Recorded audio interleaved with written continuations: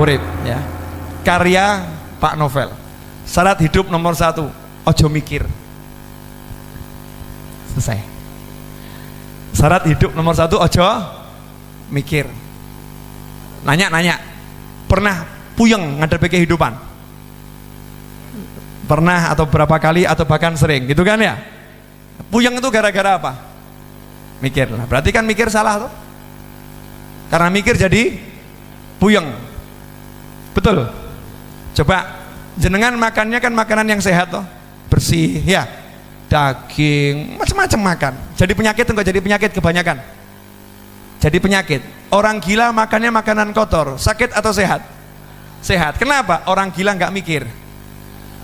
Betul kan? Tapi kalau kita mikir, tanya sama polisi, kasus kecelakaan di jalanan itu akibat orang gila atau orang yang mikir?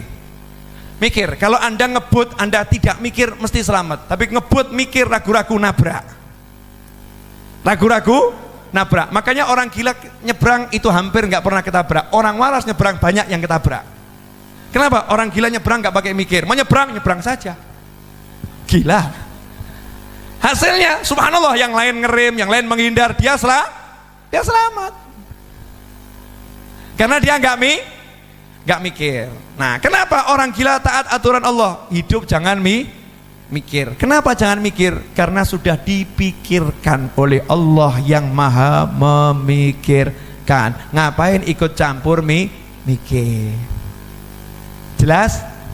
Jadi apa? Ojo mikir. Lah penjabaran ojo mikir. Penjabarannya. 1, saya mau nanya. Saya kesini datang sendiri atau diundang saya? Diundang, betul. Begitu datang ditaruh di mana? Di sini atau dimasukkan kamar? Masukkan kamar, so istirahat. Betul kan ya? Disuguhin. Kenapa disuguhin? Karena saya diundang. Bapak Ibu diundang, ini di depan diundang, dikasih suguhan. Betul atau betul? Disiapkan kursi untuk duduk. Betul. Sekarang saya mau nanya, yang ngundang jenengan ke muka bumi siapa?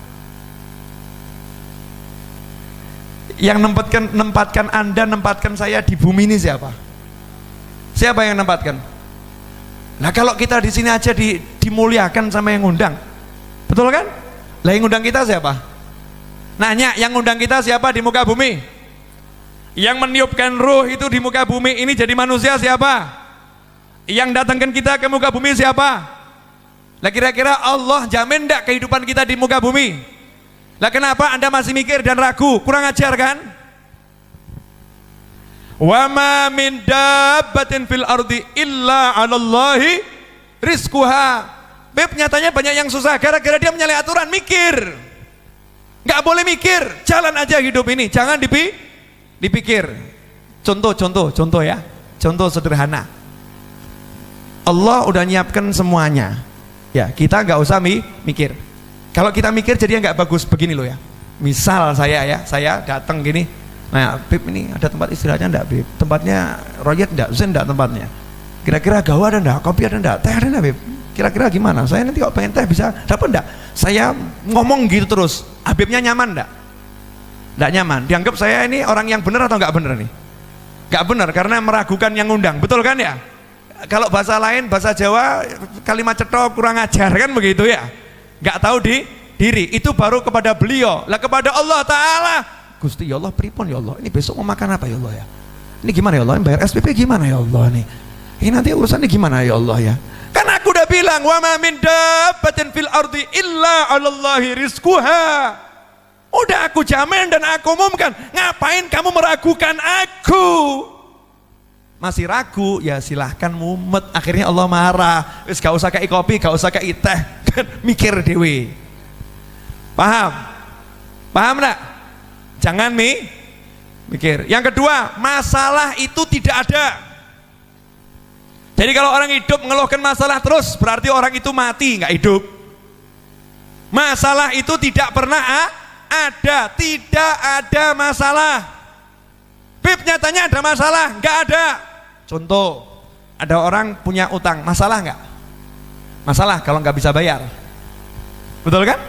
Kalau bisa bayar jadi masalah? Enggak. Ada orang jatuh, masalah enggak? Masalah. Tapi kalau bisa bangun, nggak jadi masalah. Setiap masalah kalau ada solusi namanya bukan masalah, betul kan?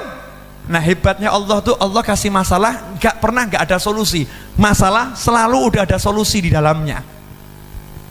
Fa inna ma'al usri yusron, inna ma'al usri yusra. Setiap masalah itu ada solusi, dan hebatnya bukan cuma itu, masalah plus solusi plus rezeki. Jadi kalau datang masalah itu selalu ada rezeki di dalamnya. Bingung? Loh, saya nggak asal ngomong ini. Jadi mulai nanti kalau kepleset bilang alhamdulillah rezeki mau datang. Ya. Dalilnya mana? Wa may yattaqillaha yaj'al lahu makhraja wa yarzuqhu min haitsu la yahtasib. Masalah. Wa may yattaqillaha yaj'al lahu makhraja, Allah beri solusi untuk masalahnya. Wa yarzuqhu, dan Allah memberinya rezeki dari arah yang nggak pernah bisa dia pikir. Lalu Allah aja udah ngasih tahu rezekimu tuh nggak bisa kamu pikir, kok kita gaya mikir? Kan nyalahi aturan Allah. Paham ya? Jadi ada masalah, ada solusi, ada rezeki. Satu paket. Syaratnya cuma satu. Awal tadi jangan mikir, tapi ngapain? Zikir. Wa ma khalaqtul jinna wal insa illa liya'budun. Enggak usah mikir, salat. Baca Al-Quran, cari ilmu, senangkan orang tua, senangkan anak, senangkan pasangan hidup, silaturahim, waktu ke pasar, kerja, jalani aja aturannya Allah, gak usah mikir, nanti sistemnya Allah yang akan kerja, selesai masalah. Nah kita kan gak, takwanya hilang, mikir masalah, mumetoh. Silahkan puyeng, silahkan pusing. Saya mau nanya, ini ilmu yang terakhir ini murah atau mahal? Murah, nggak bayar gratis kok ya. Nggak bayar gratis.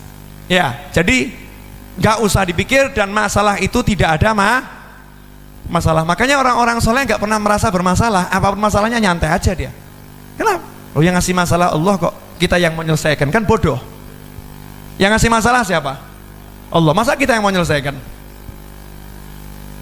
Bisa menyelesaikan masalah yang ngasih Allah. Baru masalah yang ngasih orang yang agak kuat aja kita bingung, gitu kan ya? Nah kalau masalah yang ngasih Allah bisa kita menyelesaikan? Gak bisa, ya biar Allah yang menyelesaikan. Biar Allah yang menyelesaikan.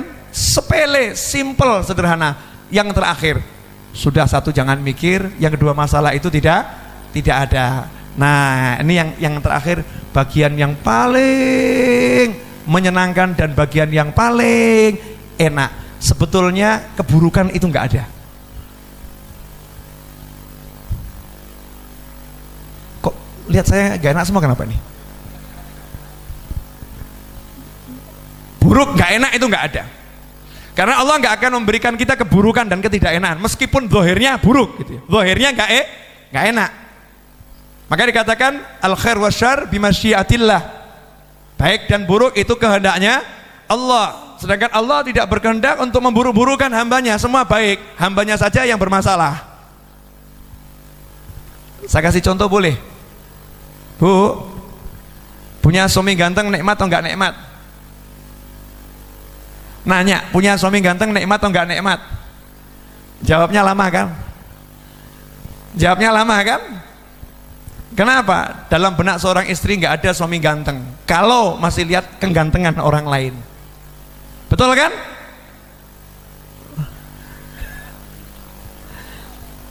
Seganteng-gantengnya suami Anda kalau lihat saya kalah ganteng. Misal gitu ya.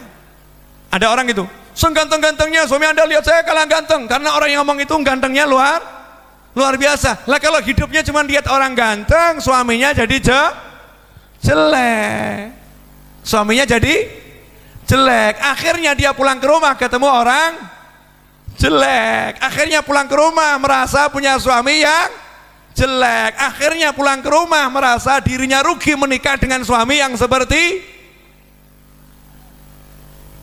ya bu ya. Padahal punya suami jelek itu syukurnya double. Kenapa? Perempuan lain gak ada yang mau, karena suaminya jelek. Sama suami punya istri kok jelek. Punya istri jelek. Lihat istri orang lain kok cantik, lihat wanita lain kok cantik. Semakin lihat yang cantik-cantik, yang udah nyata-nyata jelek ini semakin jelek. Gak usah pakai lihat yang lain aja udah jelek, apalagi lihat yang lain jadinya jelek. Betul. Nah, ada satu aturan hidup yang kita langgar. Udah diperingatkan sama Nabi, aturan hidup.